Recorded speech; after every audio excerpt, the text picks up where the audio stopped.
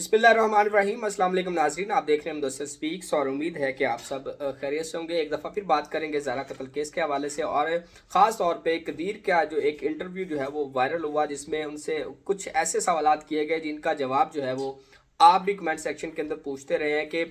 कदीर जो है वो क्या वाकई ही उसकी दूसरी शादी हुई है, अगर हुई है तो किससे हुई है। इस हवाले से भी उसने बात की और सबसे अहम सवाल जो है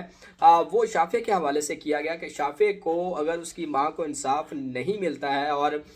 कदीर जो है वो अपनी वालदा के हक़ में या अपनी बहन के हक़ में कोई बयान देता है, उनको बताने की कोशिश या बचाने की कोशिश करता है, तो फिर शाफ़े को वो आगे मुस्तक़बिल में वो उसको कि अपने इंसाफ के हवाले से उसको क्या जवाब देगा कि उसकी माँ का क्या कसूर था, उसको किस लिए इज़्ज़तनाक जो है वो मौत दी गई। तो इस हवाले से कदीर का क्या रद्द-ए-अमल था, वो सारा जो है वो आपके साथ शेयर करेंगे इस वीडियो के अंदर।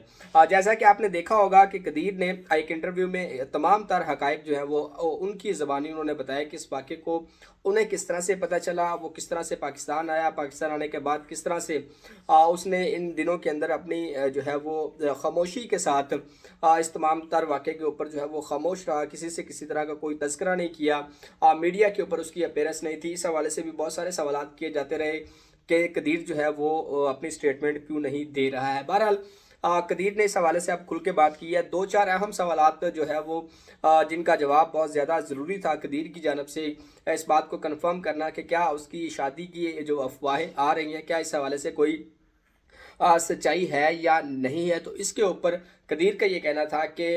उसकी ज़िंदगी के अंदर इतनी मसरूफ़ियत थी और फिर अल्लाह ताला ने उनको शाफ़े जैसी जो है वो एक नेमत से भी नवाजा हुआ था, तो इस दौरान किसी भी तरह से ये पॉसिबल नहीं था कि वो दूसरी शादी की तरफ जाए या इससे पहले उसकी कोई शादी है। ये भी कहा जा रहा था कि ये ज़ारा जो है ये इसकी दूसरी बीवी है, लेकिन इस बात को भी मुकम्मल तौर पे कदीर ने जो है वो रिजेक्ट किया और इसने ये कहा कि वो इस हवाले से सोच भी नहीं सकता था कि जिस तरह से उनकी पुरसुकून ज़िंदगी थी, वो हंसी खुशी जो है वो अपनी ज़िंदगी गुजार रहे थे। तो इस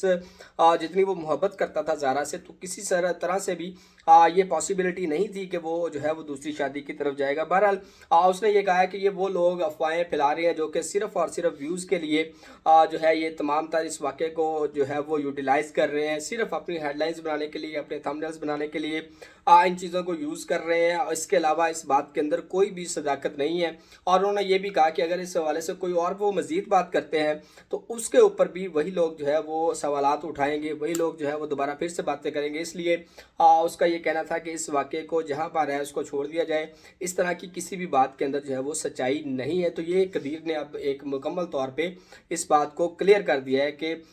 ना तो उसकी पहले शादी थी, ना ही वो उसने ज़रा से दूसरी शादी की थी, ना ही उसकी कोई दूसरी बीवी मौजूद है। तो ये तमाम चीज़ें जो है वो इस केस से अब खारिज कर दी जानी चाहिए और इसके ऊपर मज़ीद बात नहीं होनी चाहिए। दूसरा जो सवाल किया गया वो ये किया गया कि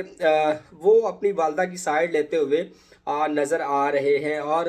इस इंटरव्यू के दौरान आपने देखा होगा कि उसका जो बेटा है शाफ़े, वो उसकी गोद में ही मौजूद था और उससे ये पूछा गया कि आपका बेटा इस वक्त गोद में मौजूद है और अगर कहीं ना कहीं आपके दिल के अंदर आपकी वालदा की मोहब्बत या आपकी बहन की मोहब्बत जागती है, आप इस केस में अपनी वालदा को, अपनी बहन को माफ़ कर देते हैं, तो आपका ये जो बेटा है मुस्तकबिल के अंदर ये बात आपसे पूछेगा कि उसकी वालदा का क्या कसूर था, उसको किस लिए मारा गया, उसको क्यों इतनी अज़ियतनाक तरीके से मौत जो है वो दी गई। तो इसके ऊपर क्या जवाब देंगे, जिसके ऊपर कदीर के जो इम्प्रेशंस थे या एक्सप्रेशन आप कह लें, वो उस तरह से हवास बाख्ता जो है वो दिखाई दिया, किस प्रॉपर तरीके से इस क्वेश्चन को जो है वो जवाब नहीं दे पाया और इस टाल मटोल के अंदर उसने इस क्वेश्चन को जो है वो